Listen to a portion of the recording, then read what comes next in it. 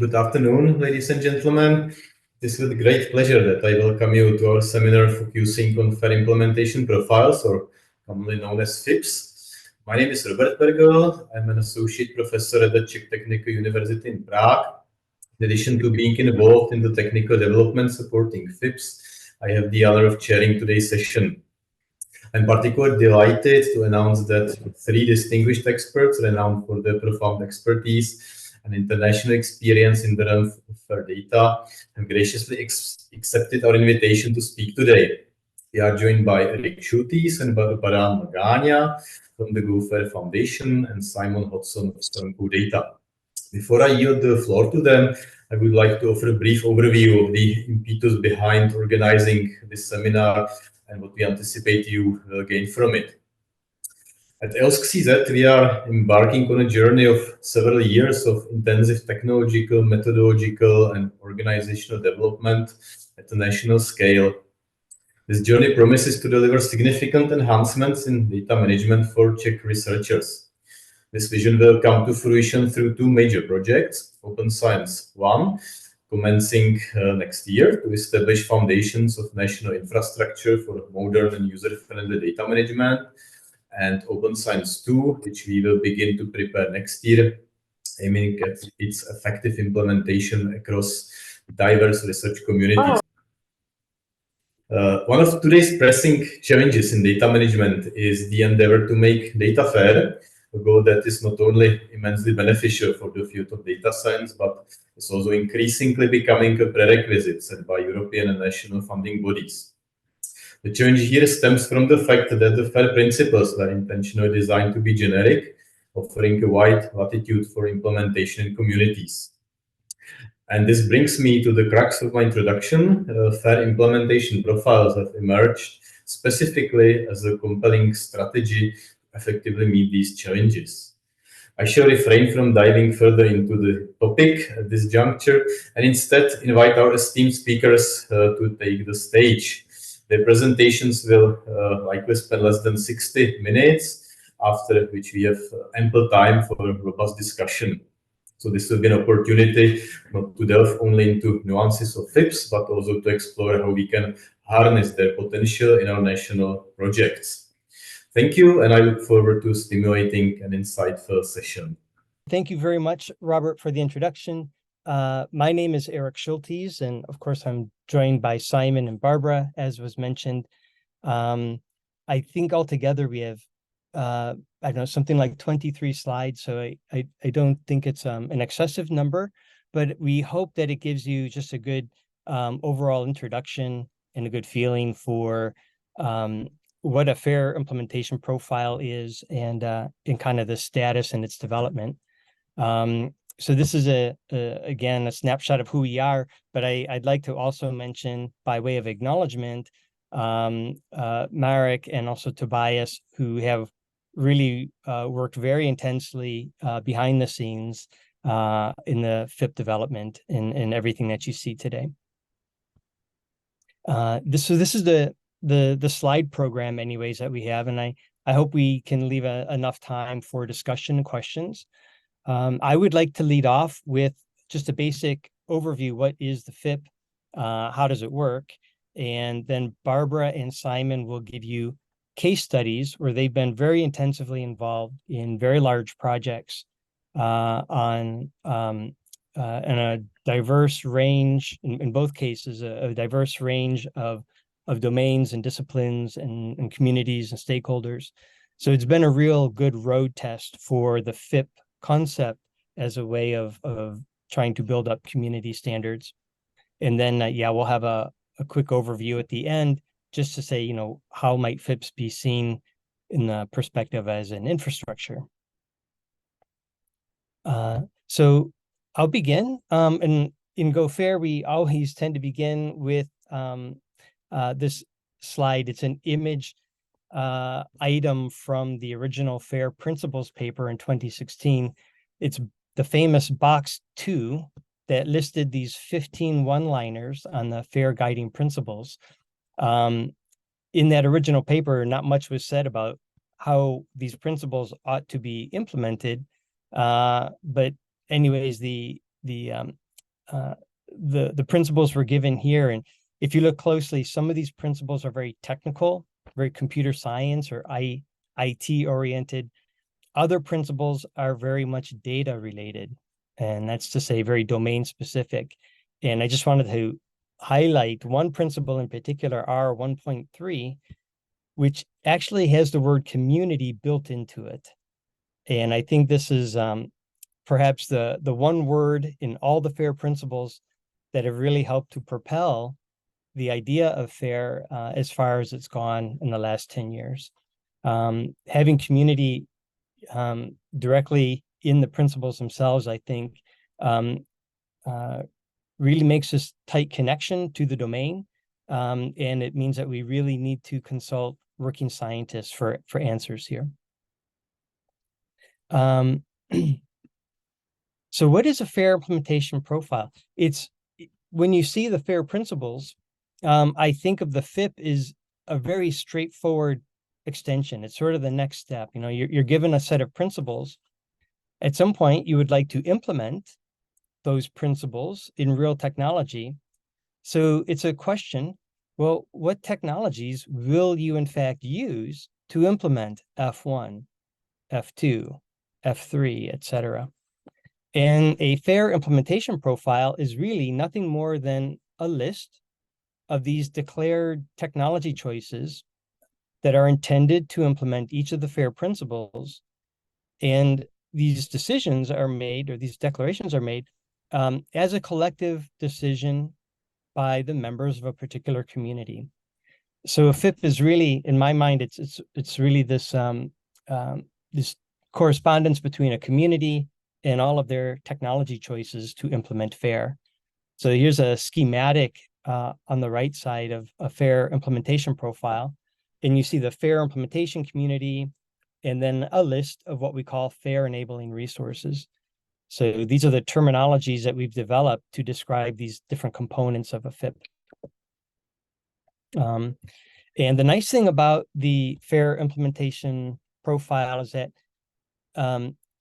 it's pretty straightforward as well to kind of design methods, workshops, questionnaires that prompt communities to start answering these questions or to start providing technology choices for each of the FAIR principles. So here you see what we call the FIP mini questionnaire. This is an abbreviated questionnaire, but it's very handy for anyone to start looking through the FAIR principles. And what we've done in GoFAIR is we've been able to develop a very precise statement in these questions, prompting the user to think about certain FAIR enabling resource types that could satisfy each of the principles.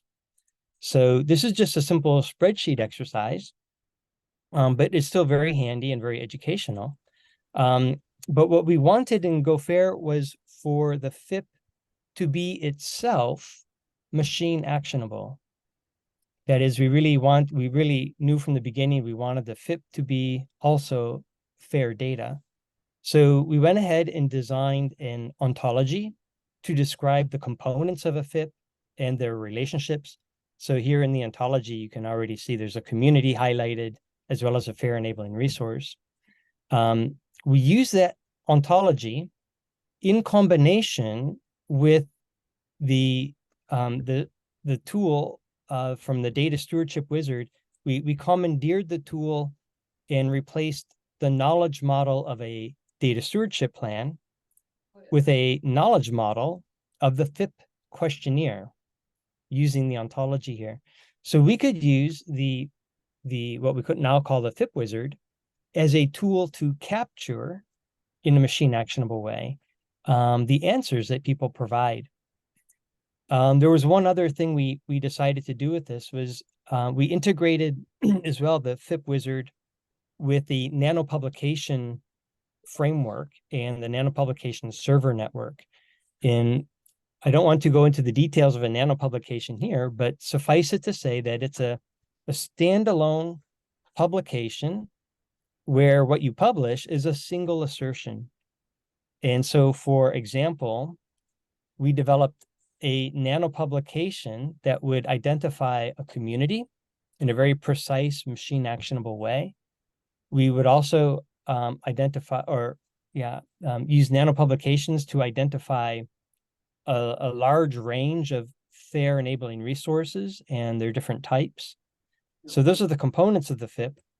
We also developed a nano publication that would give the declaration, the relationship between the community and those resources. And these nano publications live on a decentralized network of nano publications and the services that run them. And they're freely available, they're open, and they're there for anyone to be able to see and work with. What this allows us to do is to capture a FAIR implementation profile. And this is, what they look like from the machine's point of view. There are a list of nano publications that give you the community and the FAIR enabling resources. So that was the tooling, and we developed workshop formats where we could help different communities use the FIP wizard to publish machine actionable FAIR implementation profiles. And so here's a list of FAIR implementation profile workshops that we've delivered to date. These are all these links here are the open science framework projects that we set up for each FIP workshop. So you can get back to all the original materials here if you want to investigate further. Most of these have also video recordings as well. But this is just a logo cloud of the different of some of the different organizations that we've worked with over the last few years. And one thing I think is really notable here is that the range of different domains pretty huge. We're going from earth science into, in some cases, wind energy, to biomedical research, to toxicology. So there's really quite a range here. But all these different FAIR implementation profiles are expressed in an interoperable way. At the moment, we have 107 published FIPs. There's about 200 FIPs that are still in development you can see them on the server network. We've touched the lives of 500 people or so and about 125 communities. And then, understanding that these FAIR implementation profiles are in fact RDF, they can form graphs. And here's a snapshot of an early view on the FAIR implementation profile landscape. And what you see in purple are different communities. In blue are the FAIR enabling resources that they claim to be using. And the yellow nodes are representing FAIR enabling resources that are overlapping between communities, between two or more communities. So you can begin to piece together the connectivity and the reuse of resources that compose, the FAIR landscape out there, the FAIR ecosystem. So that's an overview of the FIP tooling and kind of the state of the art in terms of the number of organizations we work with. I would like to hand it over now to Barbara.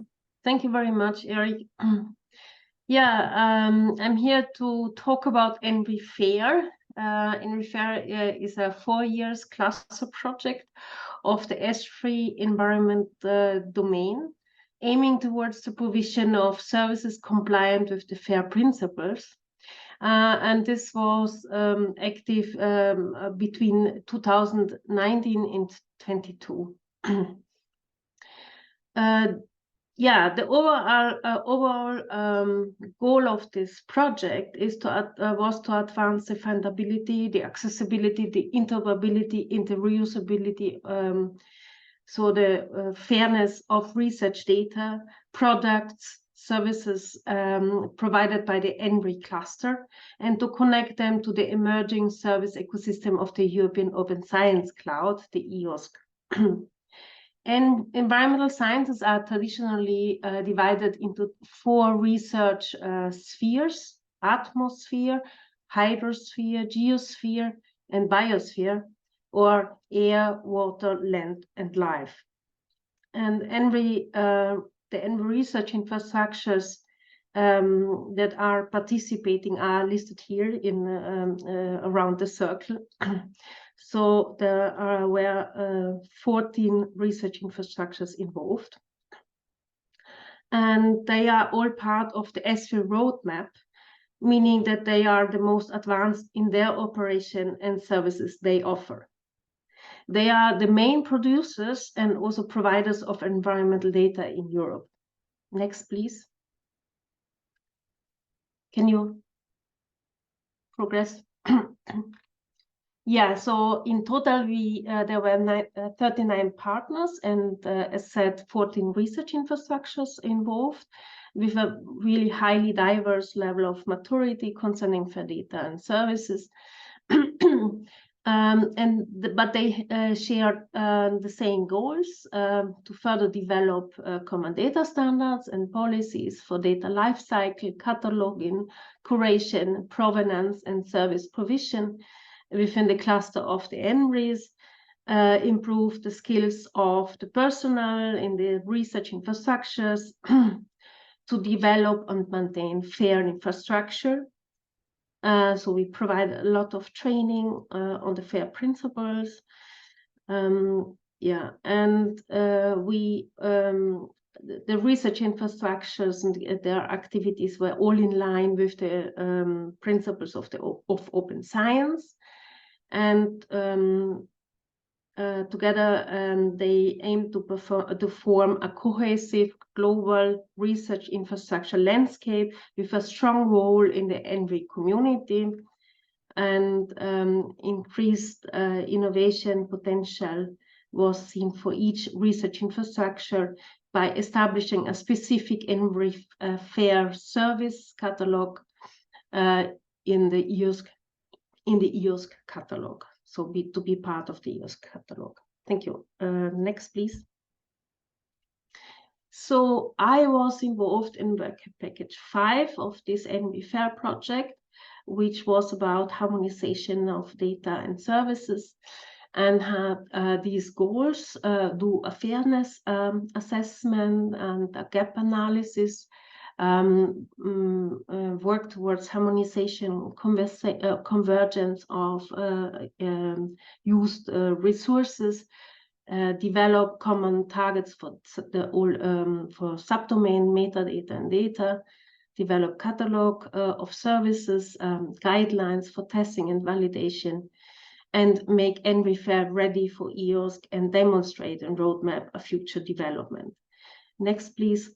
And for the first 2 steps, I was in charge to provide an approach that would enable to assess the FAIR readiness or FAIR level of the data and metadata of the research infrastructures.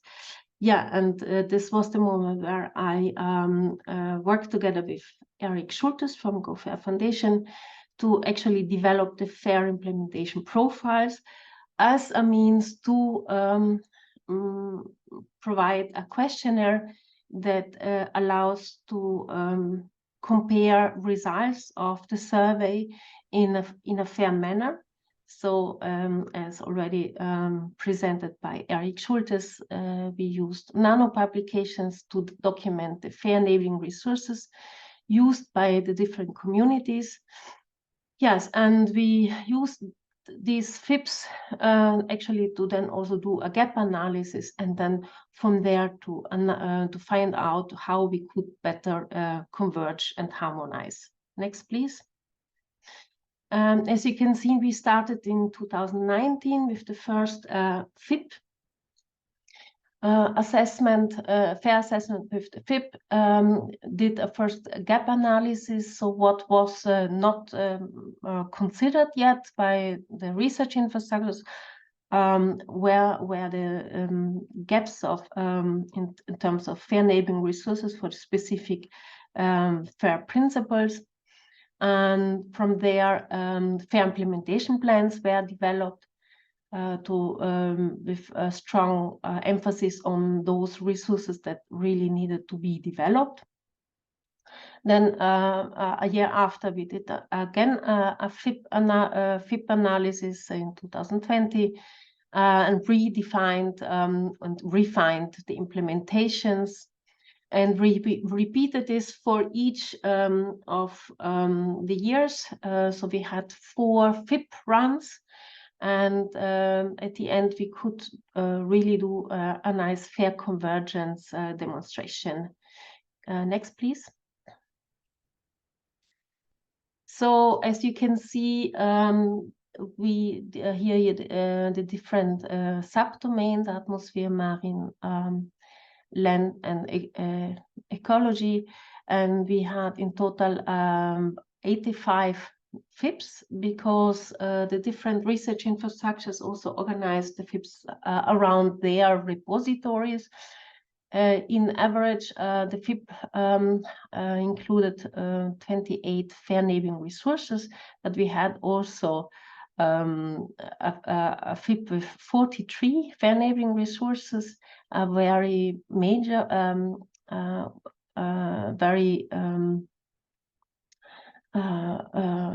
major one, who like ICOS, and we in total 206 fair naming resources were identified over all the FIPs.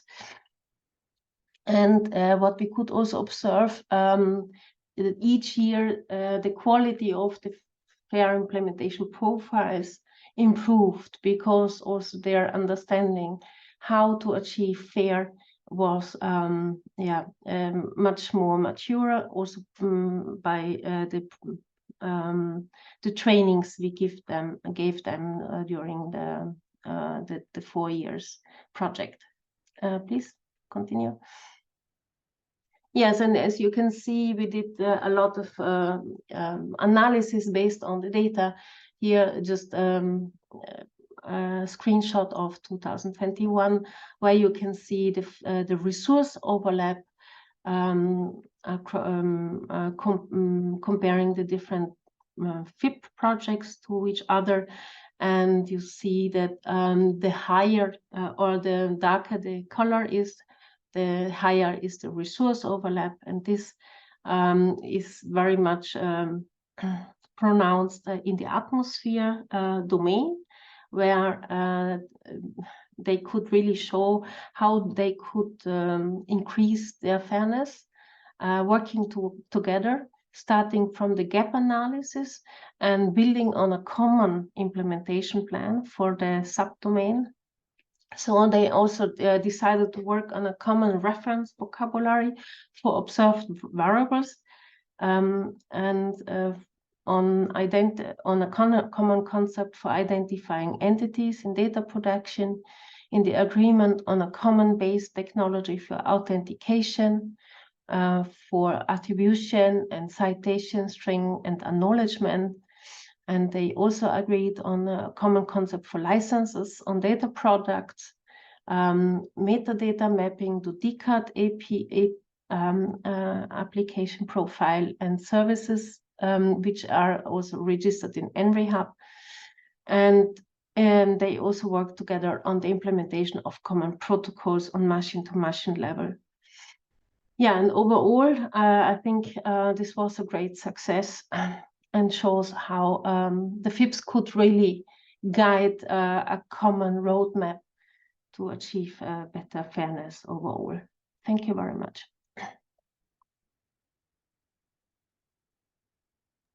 Thank you very much, Barbara. I guess we'll go straight on into my part of the presentation. Hello, everyone. I'm Simon Hodson, Executive Director of CODATA, which is the Committee on Data of the International Science Council. So we're a global organization, and we work with our parent body, the International Science Council, on data policy and technical data issues. So I'm going to talk about how we have been using FAIR implementation profiles in the WorldFAIR project. So very quickly about the WorldFAIR project. It's a 2-year European Commission funded project. But what's really interesting about it, I think, is that we were allowed to have beneficiaries from outside the European Union. So it's a genuinely global project.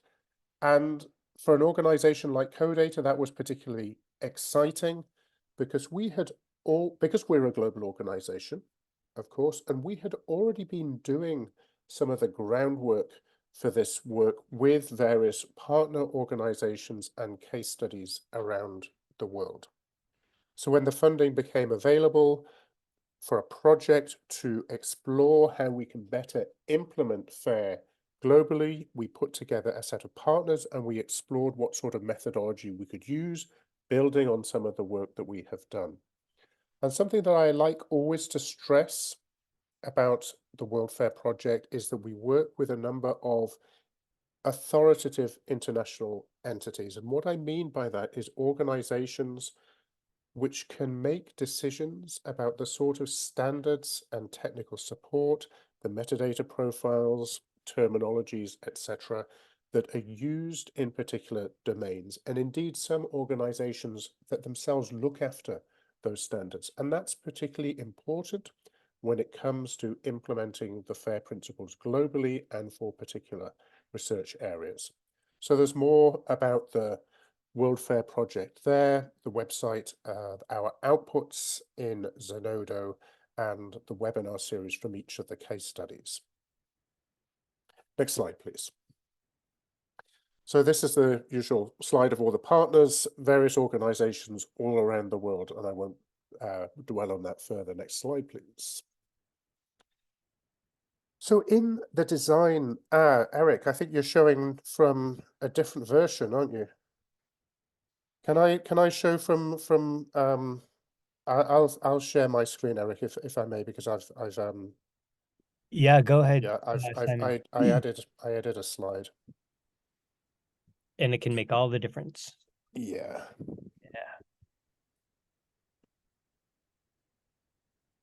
Okay, hopefully colleagues can see the slide version of that. And this way I won't have to say next slide, please, between all the various slides we go through it.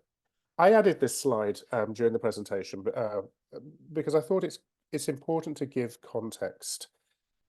I had the honor of chairing this report, a European expert group report for the European Commission on how we implement the FAIR principles. And I like to use this recommendation from that report to give some insight into some of the thinking behind WorldFAIR. And I always felt that this was the most important recommendation from that report. So it recommends that in order to develop interoperability frameworks, we need to empower, to encourage research communities to develop these frameworks that define their practices for data sharing. So encouraging those research communities to take control and to reflect and say, how do we share our data? What are the policies we use? But more importantly, what are the data formats, the metadata standards, the tools and infrastructure? So how do we do that? What methodologies do we have to empower research communities to do that? FAIR implementation profiles is precisely such a methodology. Further, in that recommendation, it says to support interdisciplinary research. These interoperability frameworks should be articulated in common ways and adopt global standards where relevant. And again, we feel in the WorldFAIR project that FAIR implementation profiles is a very useful methodology to help us do that, because it helps identify those common standards which can be used across domains. And this is something that we really set out to do in the WorldFAIR project. And you can see a hint of that in Barbara's presentation with that heat map of those FAIR enabling resources or standards that are being used by particular parts of the ENVRI cluster.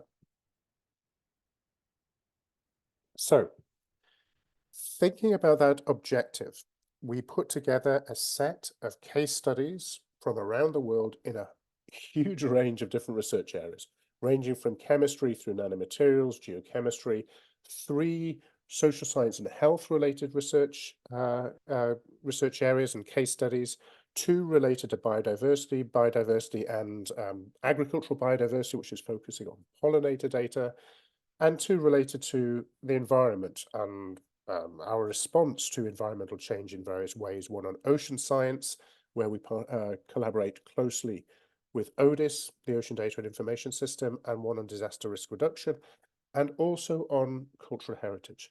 So a very ambitious set of case studies and a very wide range of research areas. So in contrast with what Barbara showed, we're not focusing on that environmental science, albeit with the different spheres that Barbara mentioned. We've got a far wider set of research areas. And I think a concomitant challenge of how we identify patterns across those domains. And my message is that FIPS has nevertheless still helped us do that. The FAIR implementation profiles are helping us do that. So this is the methodology. It's simple. With each of those case studies, we have run a set of FIPS workshops and developed a first exploratory FIPS. And I'll say a bit more about our approach to that shortly. This then has helped us in further engagement with them and what we call a CDIF workshop, a cross-domain interoperability framework workshop, because what we're really interested is at understanding how we can better facilitate the combination of data across domains for interdisciplinary research. And then that will lead at the end of the project to recommendations on the CDIF, on the cross-domain interoperability framework, and a second implementation or aspirational FAIR implementation profile from each case study. And we're in the process of completing that step now.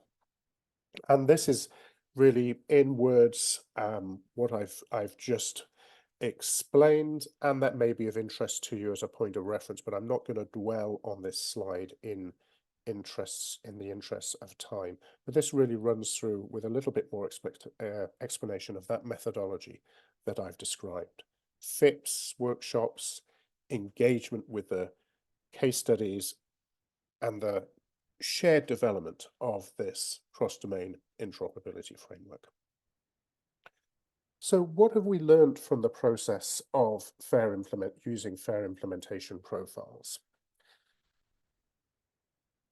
First of all, the FAIR implementation profiles are a very good hermeneutic tool, if you like, or an exercise to conduct with the particular case studies. And that has helped us get some very useful insights from the case studies. And as much as anything, it's really helped the case studies themselves reflect on their own practice and potential practice. FIPS can be used either as a spreadsheet exercise or in the wizard. Now, obviously, by using the FIP wizard, there are other potentialities which are really exciting. But just by having a paper exercise with the spreadsheet, we found that it was really good for the reflection of those particular case studies or research areas on their practice and potential practice.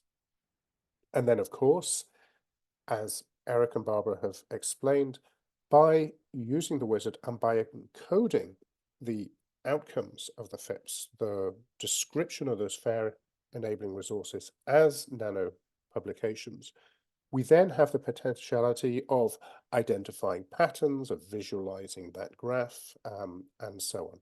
Some of our experiences are described in the report, which is linked there, and I think that was a very timely report, and it certainly seemed to get a lot of attention. But we've still been working on this, and we'll provide an update on our findings in due course. Here's an example of the spreadsheet version, which was used by that particular screenshot is taken from our social surveys work package. And our work package on oceans, related to the Ocean Data Information System, as I mentioned, they found, looking across the FIPs that were produced by the other work packages, as a very useful exercise to find insights into common standards, common FAIR enabling resources, which were being used in other domains and which could provide connectors to the technological decisions being made in ODIS.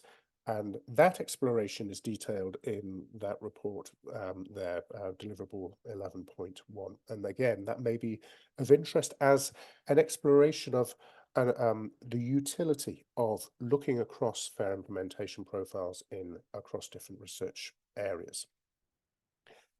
And finally, I'm getting towards the end of the slides that I'm going to be presenting. Here's some other examples of reports on the use of FIPs by our various case studies. And even with some page numbers of when in those reports they discuss their experience of using FAIR implementation profiles. So in the social sciences and social surveys space, that's the example that I just had on the screenshot. The ocean data example, which I've already mentioned. How were FIPs used in chemistry and in nanomaterials and in urban health? And how did their approach to FIPs and their experience of the workshops of completing the survey help them in their reflection on what FAIR enabling resources they could use and an assessment of the maturity of their domain? So I'll close my section with this slide and hand back to Erik in a moment. But here are just some thoughts and some conclusions from WorldFAIR's experience of using FAIR implementation profiles. So one is, we see around Europe a lot of effort in EOSC and EOSC-funded activities, a lot of effort going into FAIR assessments. And to some extent, I find this a little bit strange. We're assessing things, I think, before we fully know what we should be assessing. There's a maturity model where you can draw little spire diagrams, but it doesn't provide any guidance or help as to what is FAIR maturity, what sort of resources you should be using. And I feel the same about some of the FAIR assessment tools.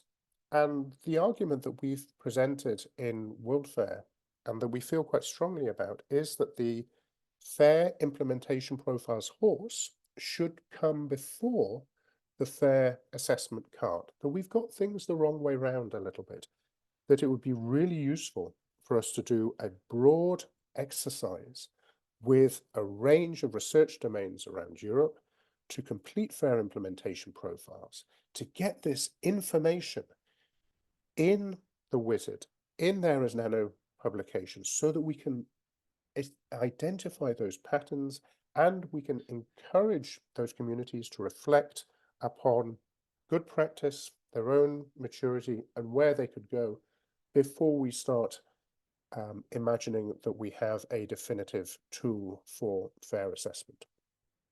The second points I'd like to make is to sum up our conclusions. We think it's a very good exercise with each research community, and we feel that very strongly as a result of our experience with WorldFAIR. It's particularly useful in identifying technical metadata and semantic points of contact across domains. And as I say, the report from our oceans case study, D11.1, attests to that. Potentially, the FAIR implementation profiles and the FAIR enabling resources graph would be really helpful in providing a visualization of practice, whether that's in the form of the heat map that Barbara showed or that graph visualization. And I think we need a community to develop, to provide more information and further develop that, but there's real potential there. There's a real potential in a platform for sharing FAIR implementation profiles as easily visualizable and explorable nano publications. And we'd very much like to see that go forward. Erik, it's over to you. Do you want to share your own slides, or shall I slide them forward for you? Well, if you don't mind, Simon, I think there's only 3 slides left, so we probably just go with this. And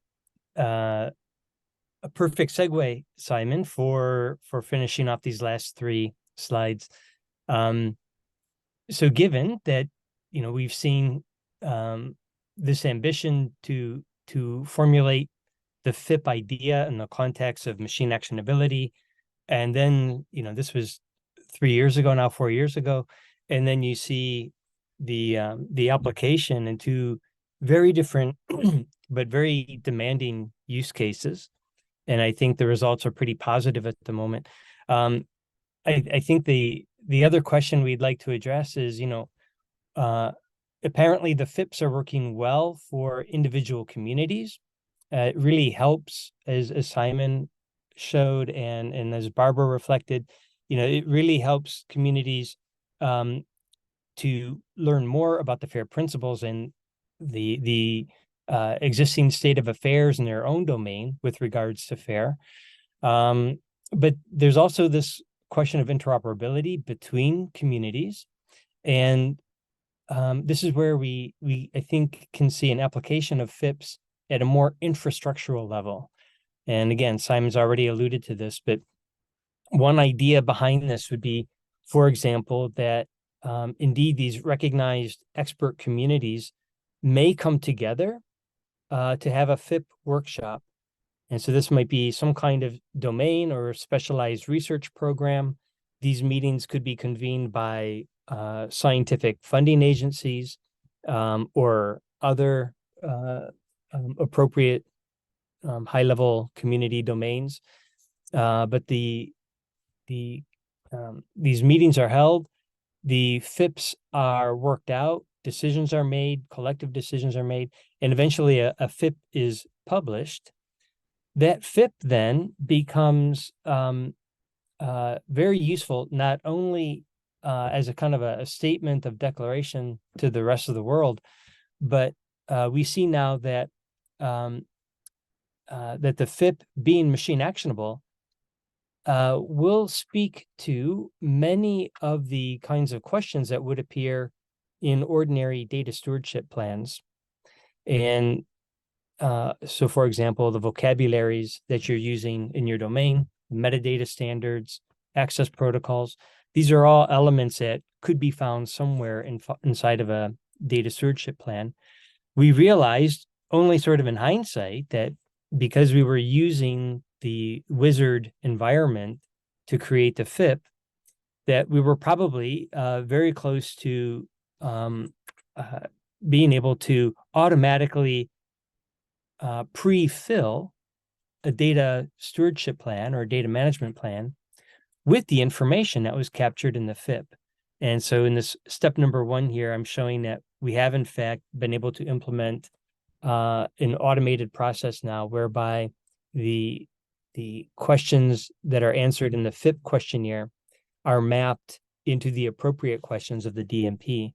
What this allows you to do then is to disseminate an idea about how FAIR should be implemented among the practicing researchers and data stewards throughout that community.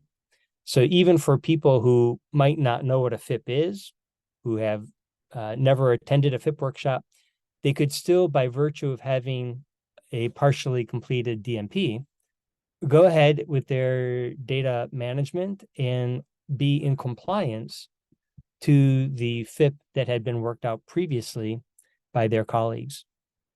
And coming back to the cart before the horse on step number 2 here, the same FAIR implementation profile can be used to inform the automated FAIR assessment tools that could then evaluate the research outputs.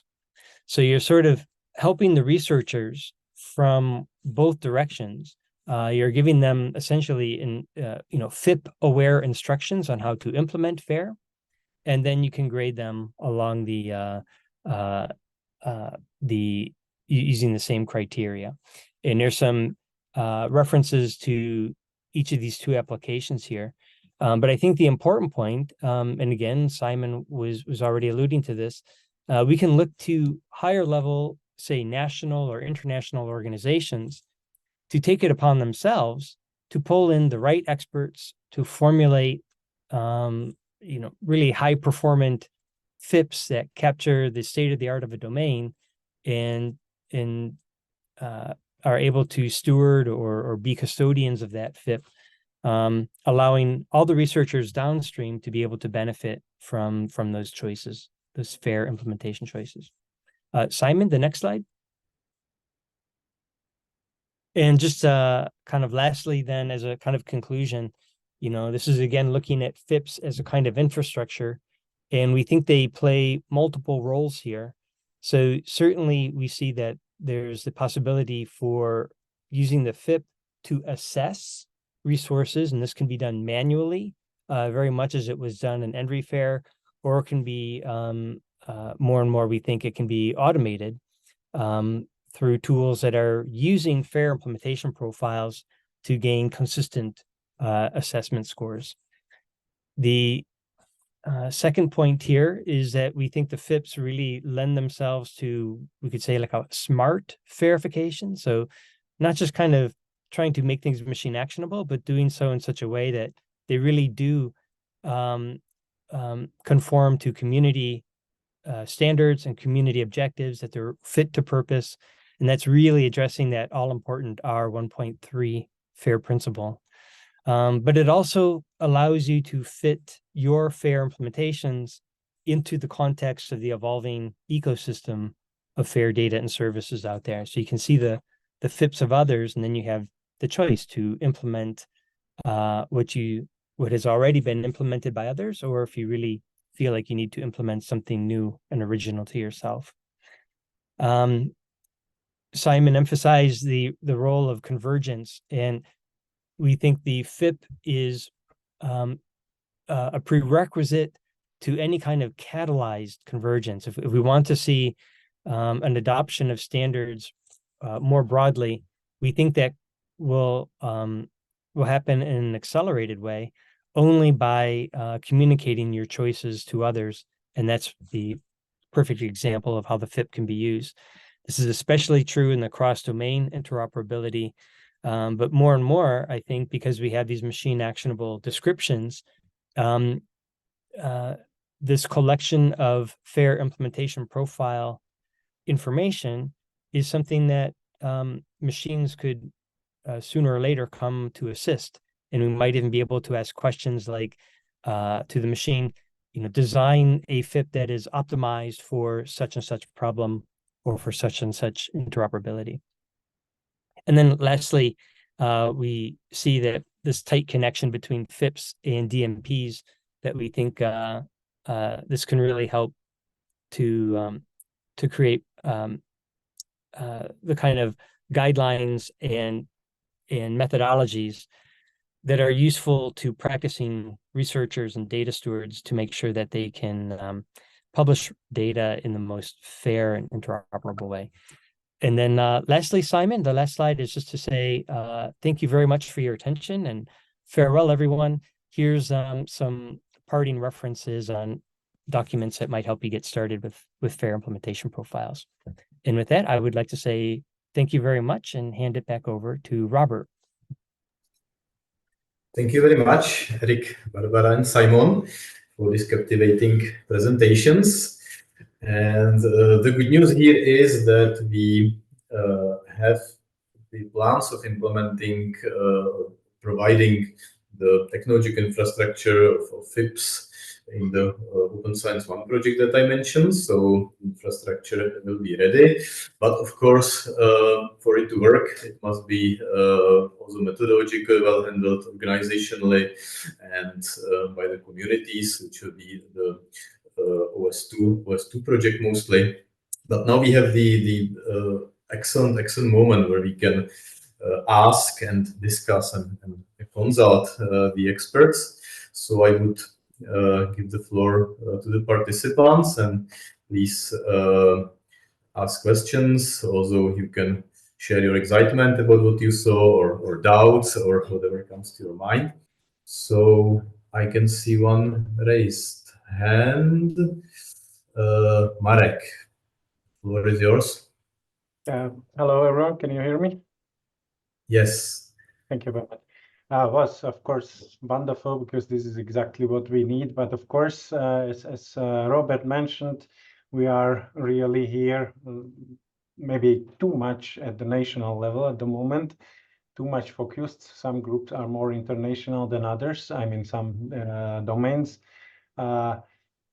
Still, it looks lovely, but I would, at least, I apologize for being probably slow, but could you simply take maybe Barbara, because she was very close, or Simon, who were very close to the very practical cases, and tell us one example how you exactly do it, because it is very difficult for us to imagine what you are exactly doing in FIP.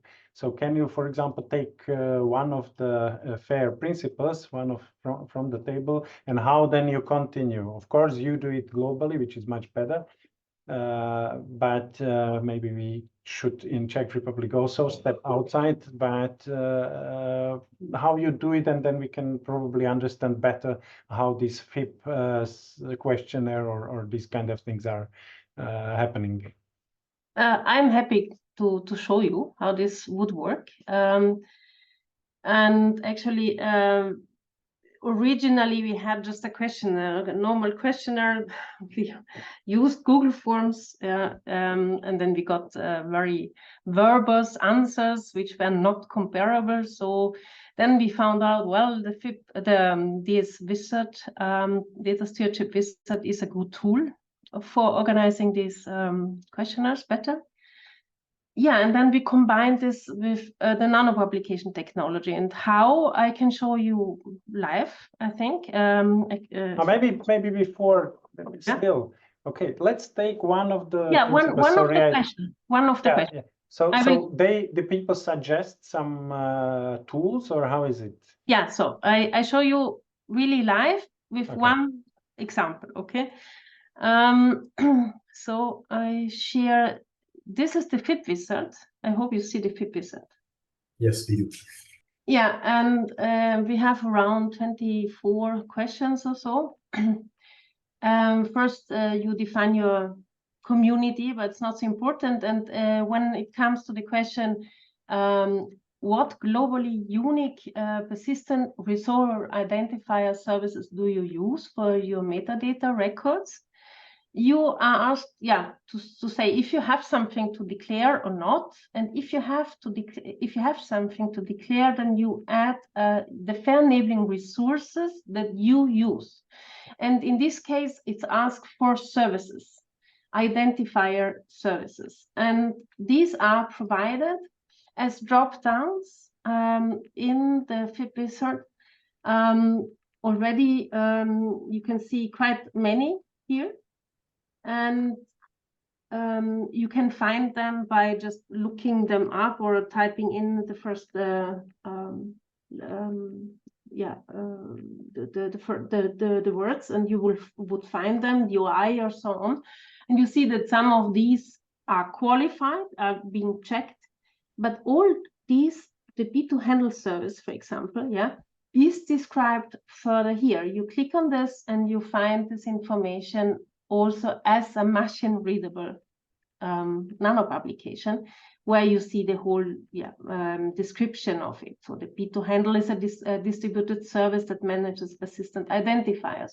So people are then searching these, selecting one of these FAIR enabling resources, and then have also to answer this if the implementation choice is actually already in use by the community, or will be used in future, or is going to be exchanged with a better resource in future. Yeah, these are the options, and you can also write here the implementation consideration that brought to this decision.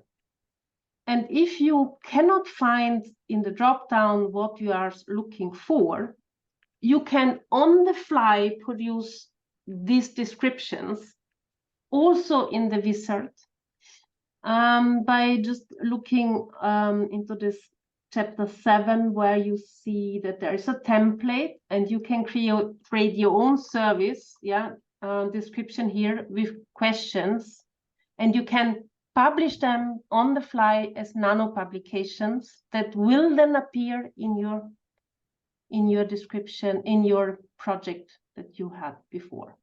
So actually, what we are looking at is for FAIR enabling resources. We are looking for resources that accomplish the task to, for example, provide unique, persistent, resolvable identifier for your data and metadata. Is this an answer? Yeah, that was wonderful. Very many thanks. And can I answer more than once to one question, or is it Yes. restrictive No, please. to one? No. Go ahead. Sorry?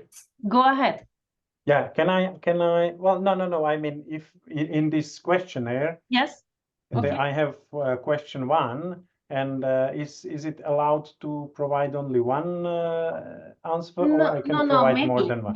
Many, because I told that, for example, ICOS has 43 identified 43 FAIR enabling resources. So they had many resources for different questions.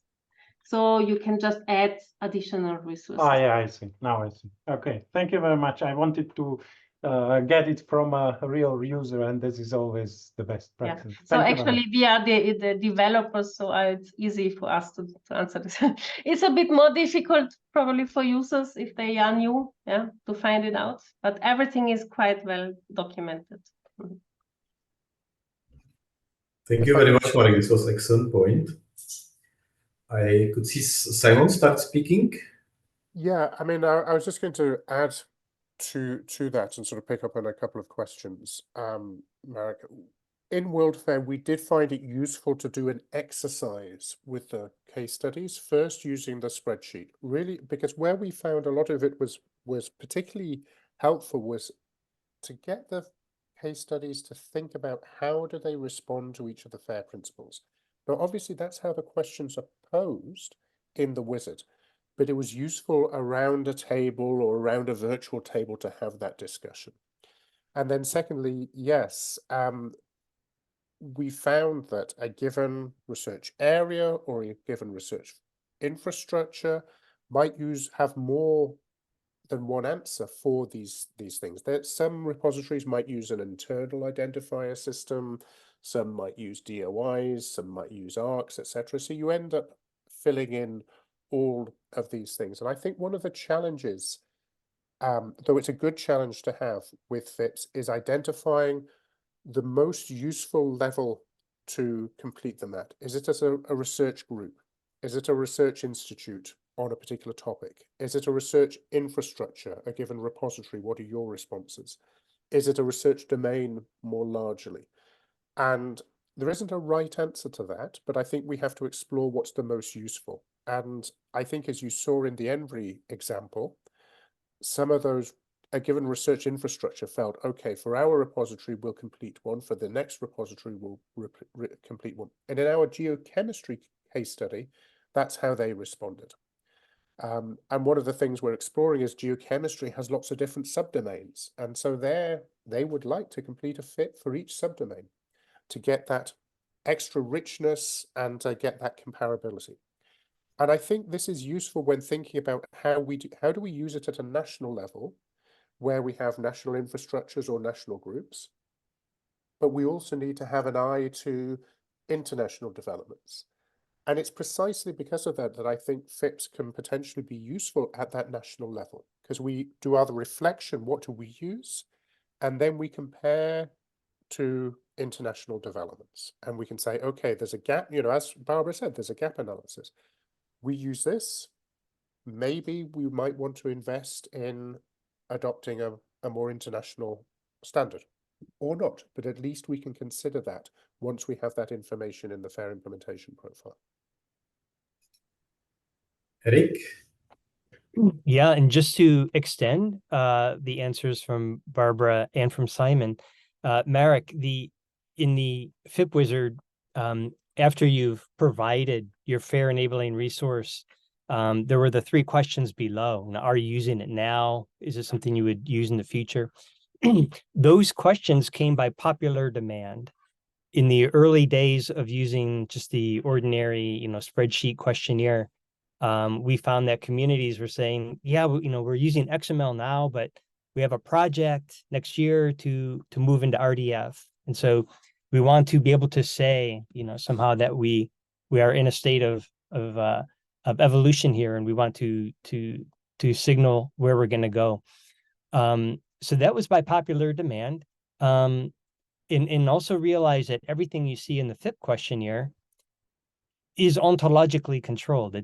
There's a small ontology behind it. And so all those questions are hitting on that ontology. And in fact, it was quite nice to be able to collect this information, because now we can also go to the corpus of FAIR implementation profiles, and we can even spot technology trends now, right?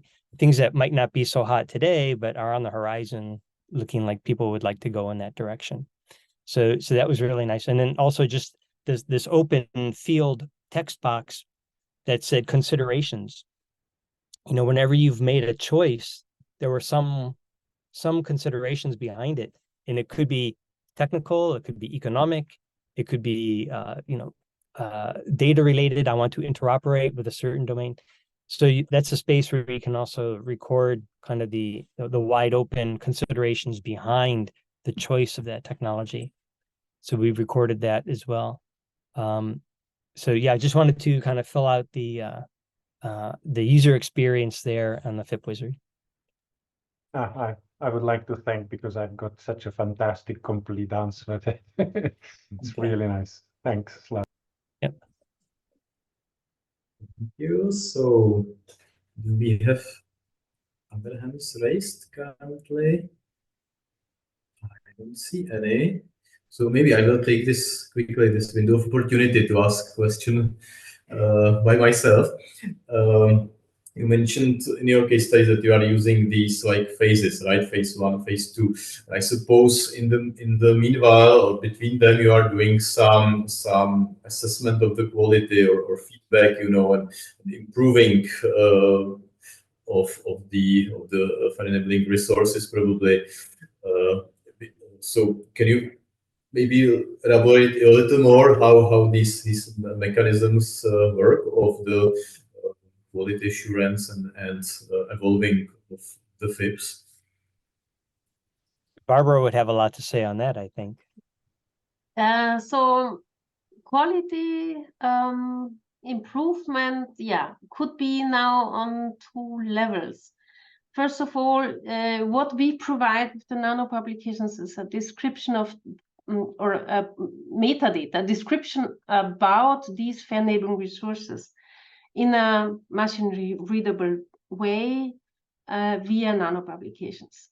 And these descriptions can be bad or better, or actually be exact, or also misleading. And some of the FAIR enabling resources that are provided by the community might actually not correspond or not align with the question properly. And this is all fine, because we want to encourage community members to just describe what they have, but we want also to help them to improve the description. And therefore, we have trained people that can quality check these entries from the community. And we have a qualification workflow in GitHub, where we have criteria how you can actually assess the descriptions of these FAIR enabling resources, and how you can also improve them. So we help people then to improve these descriptions, or we do that for them. Because actually what we provide in the FIP wizard is like a knowledge base of existing resources. And this needs to be curated and also updated. And on the other hand, quality, it can also refer to the FAIR enabling resource itself. So is it actually fair?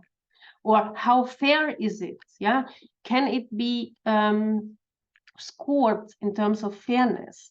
Well, in the FIP wizard, we do not score FAIR enabling resources. There are fair assessment tools like Fuji and others, that you might use to assess the fairness level, or to calculate the FAIR score for each of these resources. But keep in mind that those resources, those score evaluators are more targeted towards data and metadata, and not towards vocabularies, or not towards, I don't know, identifier services as such. So there might be the necessity to adapt these evaluators for each of these FAIR enabling resource types, which already is ongoing. So we are working on this together with these developers. But this is a separate step, and might be included also as a metadata level on top of our FAIR enabling resources, with another icon saying how fair it is. But this is not final. It's not a final decision. We are working on this, and I don't know, Erik can continue on this, but so just the 2 levels quality check of FAIR enabling resources. Well, I can reflect, Barbara, on the long nights we had developing the current implementation of the FIP wizard. When you go to the level of trying to design a questionnaire that prompts the user to supply a particular FAIR enabling resource type, that really takes you quite deep, actually, into even almost a philosophical realm of, what is fair? What are we asking for exactly? What kind of components are out there? Are there any other components that might need to be created yet, or do we in fact have everything we need? So there's a lot of very interesting late night discussions on that, and we brought in the experts that we were aware of that could help us think through some of these things. But I think there's still a lot of room open in the coming years for, I don't know, a series of workshops, probably one devoted to each of the FAIR principles, where you'd really bring in the world's experts and hash through exactly what's expected and needed for each of those FAIR principles. But it was fun. It's been a lot of fun developing this. It takes you to places you didn't quite imagine at the beginning of it. Thank you very much. So I am putting some links into the chat that might be useful. Yeah. Thanks, Barbara. The presentation will be very welcome. We saw the many links for further study materials. So are there some more questions? Especially I would be interested if, for example, like express doubts. Okay, I don't think it will work because in my experience, these are the most helpful questions, because it enables to get quite deeper to the gist of the things. Yeah, Marek, you are definitely welcome to ask another question, not just in the FIP wizard, but also here. Thank you very much. Yeah, maybe I'm a little bit circling in terms, because I'm chairing our material sciences and engineering community, which is not very well informed about all these things, especially not in our country. So how do you deal with the fact that, yeah, you are asking for FAIR enabling resources, but some of these people are not really sure? Barbara already mentioned it, that sometimes we suggest something what is not really pointing to the right question. But how do you deal with it? Do you have, I've seen that there are some comments, and especially the wizard, but Simon mentioned to do it on a spreadsheet. So to do it on a spreadsheet with a limited community, with a more informed community, and then go towards FIP wizard, or how to deal with the fact that the community is not very well informed about FAIR enabling resources. Erik, would you like to say something about FIP workshops. So we always do this. FIPs are a bit complex. No? It's not easy to really answer them. I think it's not done within 2 hours or so, and needs a lot of knowledge. So therefore, we organize, for example, FIP workshops. But Erik, you can say something. Sure. Well, indeed, I think it's very nice to have some guidance when completing your FIP. You can certainly benefit by the experience of others. When we organize a FIP workshop, we're always sure to we always encourage people to bring, we say the red people and the blue people. The red people being the technical experts, the real computer science jocks, or the IT professionals, and next to them are the blue people, who are really the domain expert, and they know the lingua franca of their domain. They know what kind of standards are most useful to them, and they are aware of the applications, right? How they want to connect with other data resources out there. It's really important, I think, to have both those groups in there. It's very hard to find both of these knowledge bases in one human brain. Usually, that's a very rare person when you find them, so keep them. But it's nice to have that mix of people, and you don't need a very large group of people to create a FIP. But they need to have either the mandate of their community or the courage to make decisions. Maybe that's another thing to point out, that when you say you're going to publish a FIP, or you're going to just make a nano publication, the word publish is a little bit ominous. All of a sudden your reputation is at stake. You don't want to get it wrong. You don't want to have a lot of errors. So people are sometimes, I think, overly cautious. Like, this is some monumental creation that the world will depend on. What's nice about the FIP Wizard is it was designed from its earliest incarnation with a really wonderful set of versioning capabilities built in. So when you publish your FIP, you can come back the next day and publish the next version, and track all the versioning on that. So, and I think even in the best case scenario, a FIP is inherently a living document. Things are going to change. Technology changes all the time. Organizations change. Communities change.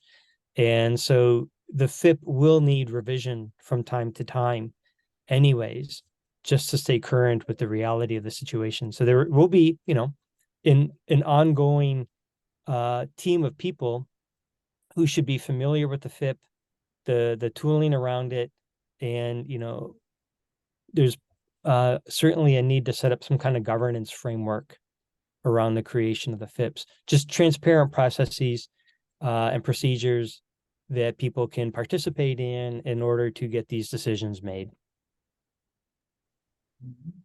Simon, you wanted to add something? Yes, I would like to say that actually, because this topic is quite complex, you need to have some background knowledge and skills.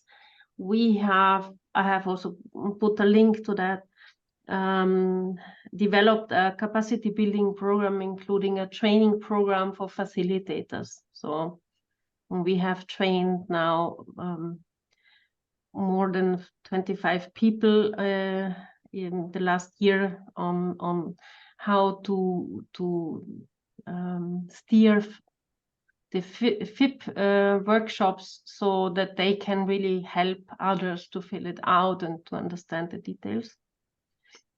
And yeah, I think it's quite valuable to have a high quality FIP at the end, and not just a first try and that's it. It should really help you to make some progress and achieve a higher level of fairness for your data and metadata. Thank you.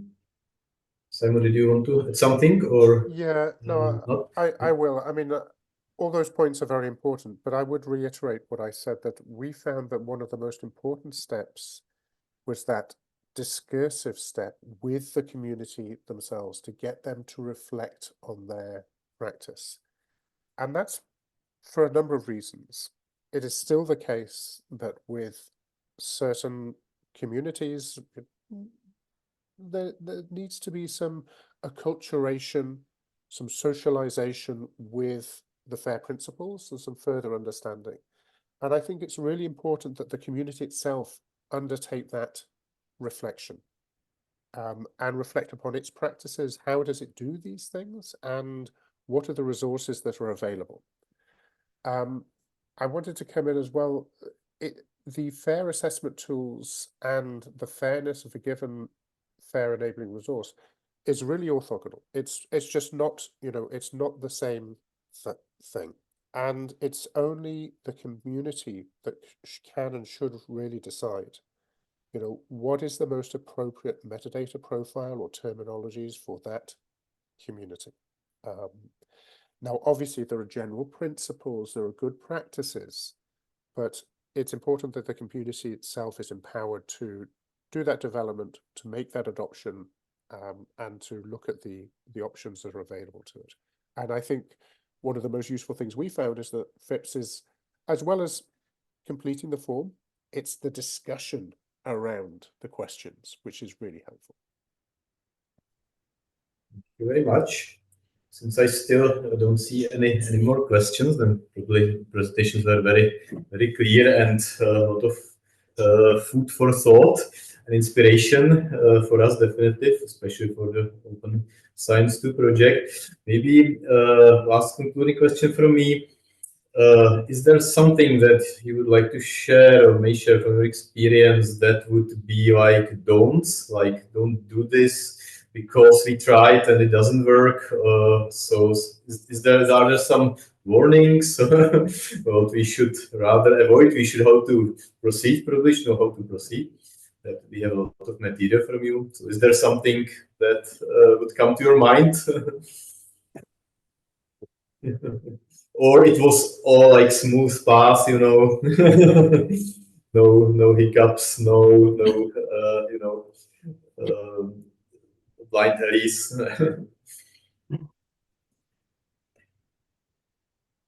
I'll try one.